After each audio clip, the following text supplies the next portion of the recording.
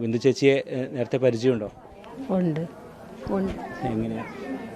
ഒരു സാധു കുടുംബം, ഒരു സാധു പെൺകുഞ്ഞ്, 2 മക്കളെ വളർത്താൻ വേണ്ടി വിഷമിച്ചൊരു പെൺകുഞ്ഞ്. ലാസ്റ്റ് ഇങ്ങനെയായ എൻ്റെ അനുഭവം.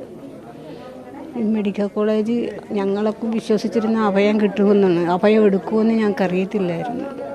ആ ഒരു വേദന, തീരാവേദന ദുഃഖം തന്നെയായിട്ട് മാറുന്നു. തീരാ ദുഃഖമായിട്ട് തന്നെ മാറുന്നു. അതിന് ആ കുഞ്ഞുങ്ങളെ 2 പേരെയും ആര് സംരക്ഷിക്കും? ആരുടെ ഒരു തുണ ആര് നോക്കും? സർക്കാർ നോക്കുമോ? ആര് നോക്കും? നിങ്ങളങ്ങനെ നോക്കുവാണെങ്കിൽ ദൈവത്തിന് നന്ദി. ഇല്ലെങ്കിൽ ഈ കാണിക്കുന്നതൊക്കെ കപട നാടകം എന്നേ വിശ്വസിക്കാൻ പറ്റുള്ളൂ. അത്രേ പറയാനുള്ളൂ. ബിന്ദു ചേച്ചിനെ കുറേ കാലമായിട്ട് പരിചയമുണ്ടോ? ഉണ്ട്. ഷോപ്പിൽ വെച്ച് എനിക്ക് പരിചയമുണ്ട്. ഞാൻ ഡ്രസ്സ് എടുക്കാൻ പോകുമ്പോഴൊക്കെ എനിക്ക് നല്ല രീതിയിലുള്ള ഇത് എടുത്തൊക്കെ തന്ന് അല്ല. പിന്നെ ഹസ്ബൻഡ് എൻ്റെ വീട്ടിൽ പണിയുള്ള പണിയില്ലേ, മതിൽ അങ്ങനെയുള്ളതൊക്കെ പണിത് നല്ല ആൾക്കാർ, നല്ല ഒരു സഹകരണമുള്ള നല്ല ഒരു കഴിവില്ലാത്തവരായിരുന്നു. നല്ലൊരു ചേച്ചിയായിരുന്നു, പറയാതിരിക്കാൻ ഒരു നിവർത്തിയില്ല. അത്രയ്ക്ക് നല്ലൊരു ചേച്ചിയായിരുന്നു. ഒത്തിരിയും കഷ്ടപ്പെട്ട് അനുഭവിക്കുന്നത്. നല്ല സൈലൻ്റ് ആയിരുന്നു പുള്ളിക്കാരി.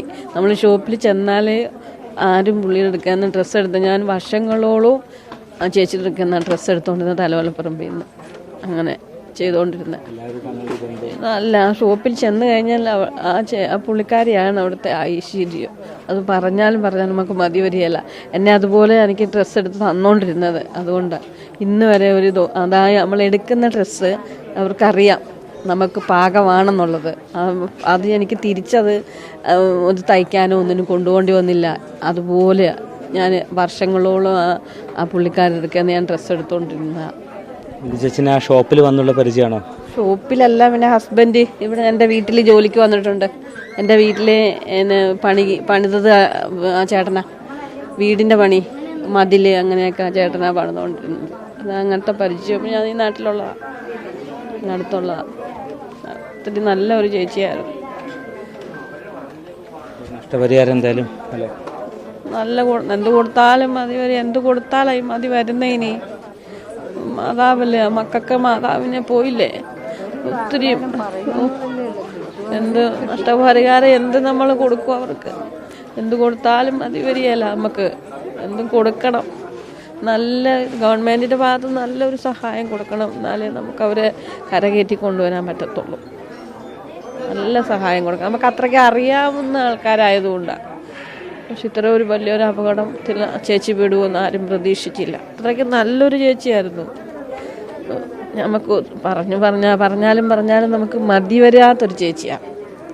എനിക്ക് പക്ഷെ അറിയില്ലായിരുന്നു ചേച്ചി എൻ്റെ വീട്ടിൽ പണിയുന്ന ചേട്ടൻ്റെ ഭാര്യയാണെന്നുള്ളത് ഞാൻ അറിയുന്നില്ല. ഞാൻ ഇന്നലെ മൊബൈലിൽ കണ്ടു കഴിഞ്ഞ് എൻ്റെ വീട്ടിൽ വന്നു കഴിഞ്ഞ് ഹസ്ബൻഡ് പറയുമ്പോഴാണ് അറിയണേ ഇന്ന ആളിൻ്റെ ഭാര്യയടി മരിച്ചു പോയെന്ന്.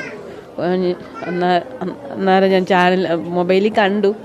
അത് കഴിഞ്ഞ് ഫോട്ടോ കണ്ടപ്പോഴാണ് ഞാൻ അതൊക്കെ കാണുന്നത്. അതൊക്കെ നല്ല ചേച്ചിയായിരുന്നു.